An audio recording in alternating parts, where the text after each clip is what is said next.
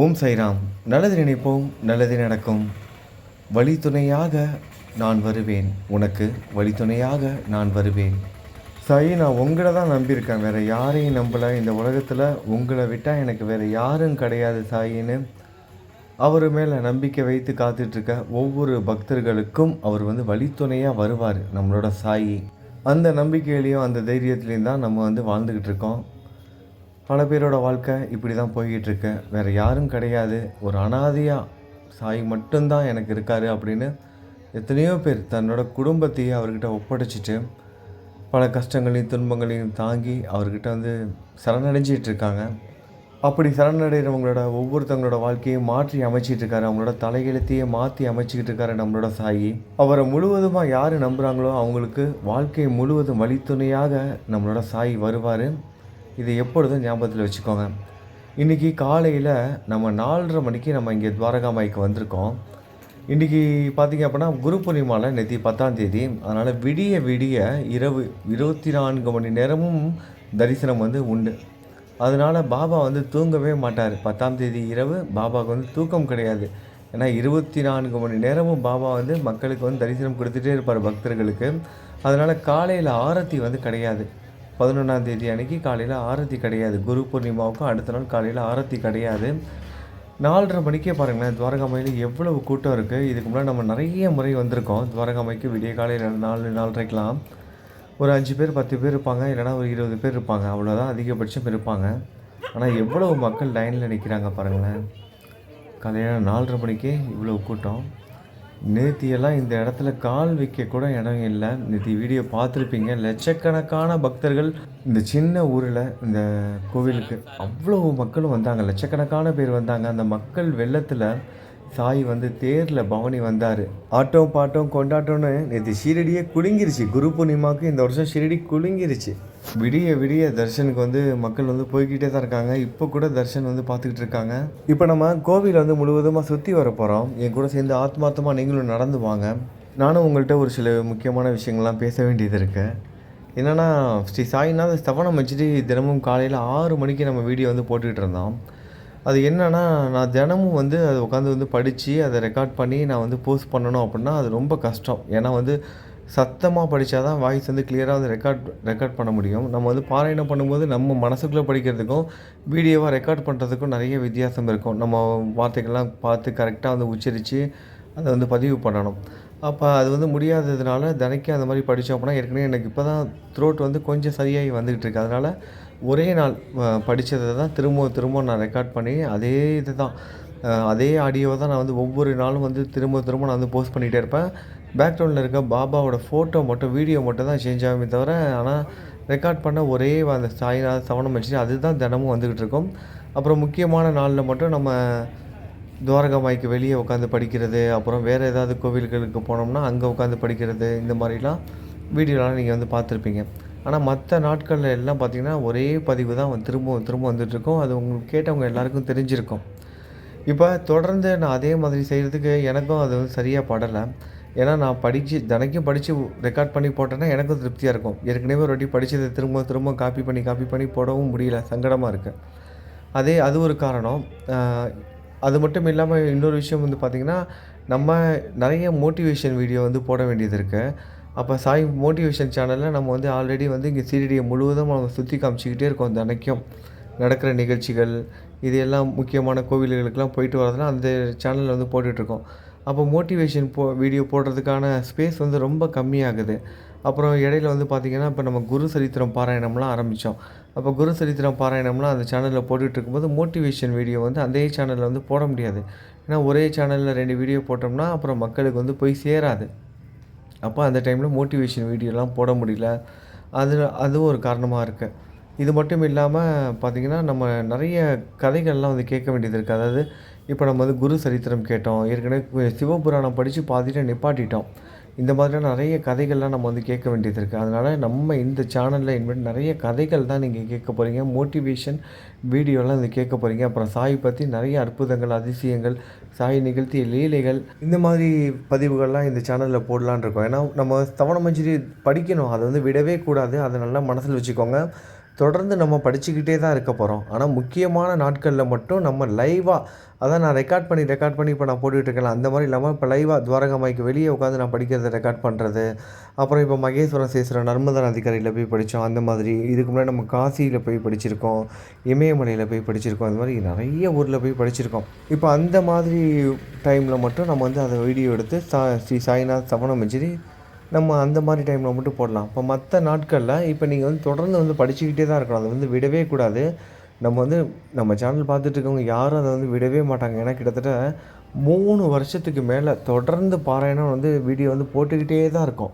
அதனால் யாருமே அதை வந்து விடவே மாட்டாங்க. 108 நாள் பாராயணம் 108 நாள் பாராயணம்னு சொல்லிவிட்டு நம்ம ஒரு பாராயணம் 108 நாள் பாராயணம் முடிஞ்சால் உடனே நம்ம வந்து அடுத்தது ஆரம்பித்து திரும்ப நம்ம பண்ணிக்கிட்டே தான் இருக்கோம். நிறைய நண்பர்கள் ஆயிரக்கணக்கான பேர் தொடர்ந்து அதை கேட்டுக்கிட்டும் இருக்காங்க, படிச்சுக்கிட்டும் இருக்காங்க. இனிமேட்டு நீங்கள் தான் படிக்க போகிறீங்க. சப்போஸ் உங்களால் படிக்க முடியல, படிக்கிறதுக்கு நேரம் இல்லை, வீடியோ போட்டு தான் கேட்கணும், அப்படி தான் நான் கேட்டுக்கிட்டு இருக்கேன் அப்படின்னு நீங்கள் விருப்பப்பட்டீங்கன்னா, இதுக்கு முன்னாடி நம்ம எவ்வளோ வீடியோ போட்டிருக்கோம், எவ்வளோ ஸ்ரீ சாய்நாத் சவணமஞ்சரி பாராயணம் தினைக்கும் வந்துக்கிட்டே தான் இருக்கும். அப்போ பழைய நிறைய வீடியோ இருக்குல்ல, அதில் ஏதாவது ஒரு வீடியோ நீங்கள் தினமும் எடுத்து கேளுங்க. ஆனால் எந்த ஒரு காரணத்திற்காகவும் ஸ்ரீ சாய்நாத் சவணமஞ்சரி பாராயணத்தை படிக்காமல் விட்டுறவும் கூடாது, கேட்காமையும் விட்டுறாதீங்க.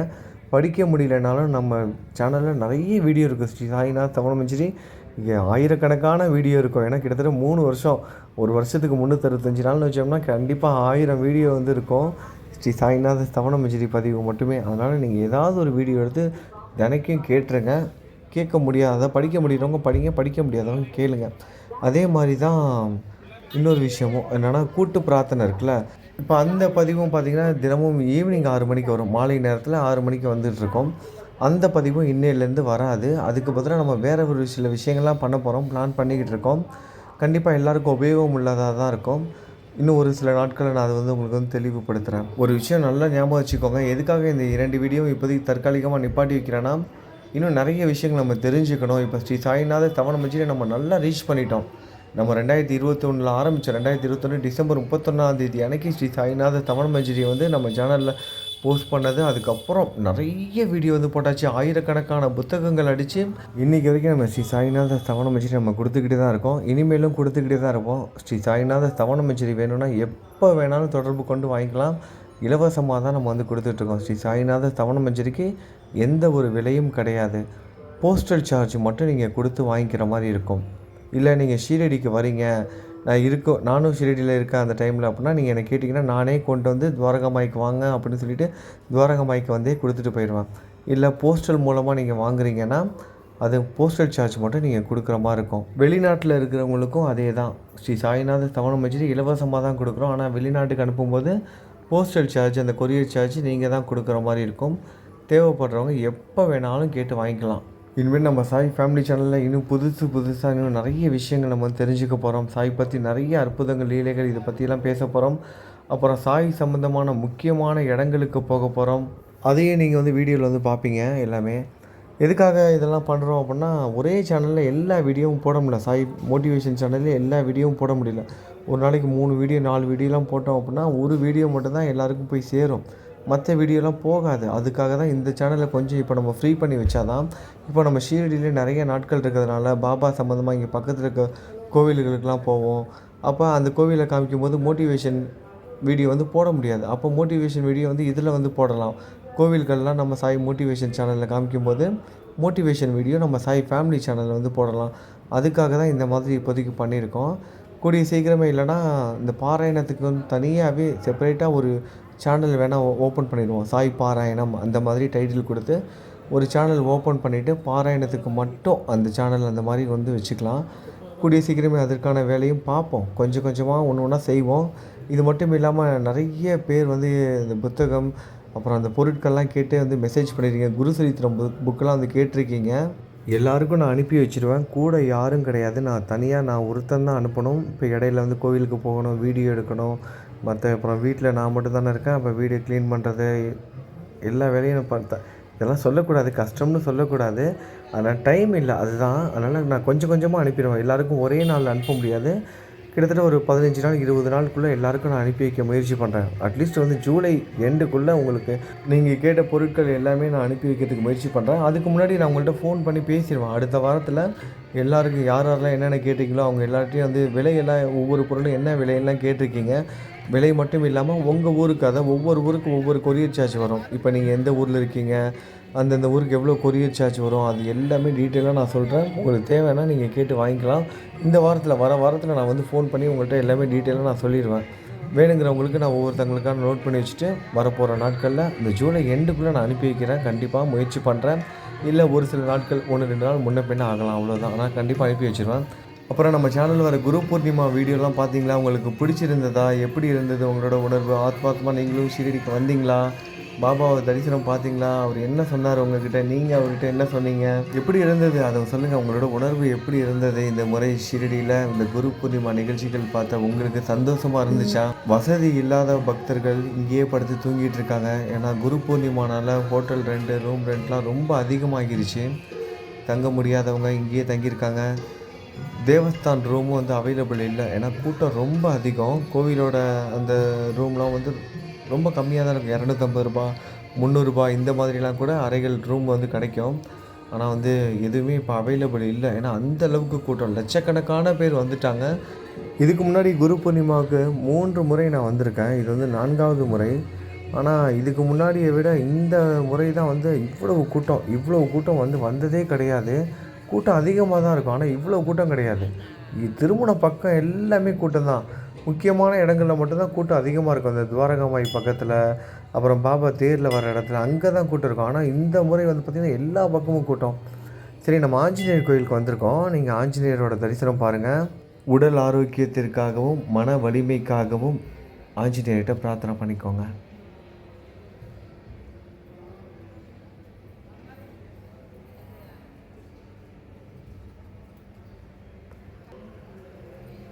சரி வாங்க, இப்போ நம்ம துவாரகாமாய்க்கு போய் நம்மளோட சாயியை பார்க்கலாம். நம்ம சாயி இரவு முழுவதும் தூங்காமல் இருக்கார் நமக்காக. பக்தர்கள் இரவு முழுவதும் வந்து தரிசனத்துக்கு போய்கிட்டே தான் இருக்காங்க. இன்னும் கூட்டமாக தான் இருக்குது கோவிலுக்குள்ளே. இங்கே வெளியவும் மக்கள் வந்து நடமாட்டம் இருந்துக்கிட்டு தான் இருக்காங்க. ஆனால் இந்த டைம்லலாம் இவ்வளோ பேர் இருக்கவே மாட்டாங்க. ஆனால் அவ்வளோ பேர் வந்திருக்காங்க, லட்சக்கணக்கான பேர் வந்திருக்காங்க. ஏன்னா துவாரகாமாயில் மட்டுமே கிட்டத்தட்ட ஒரு 200 பேர் லைனில் நிற்கிறாங்க. காலையில் 4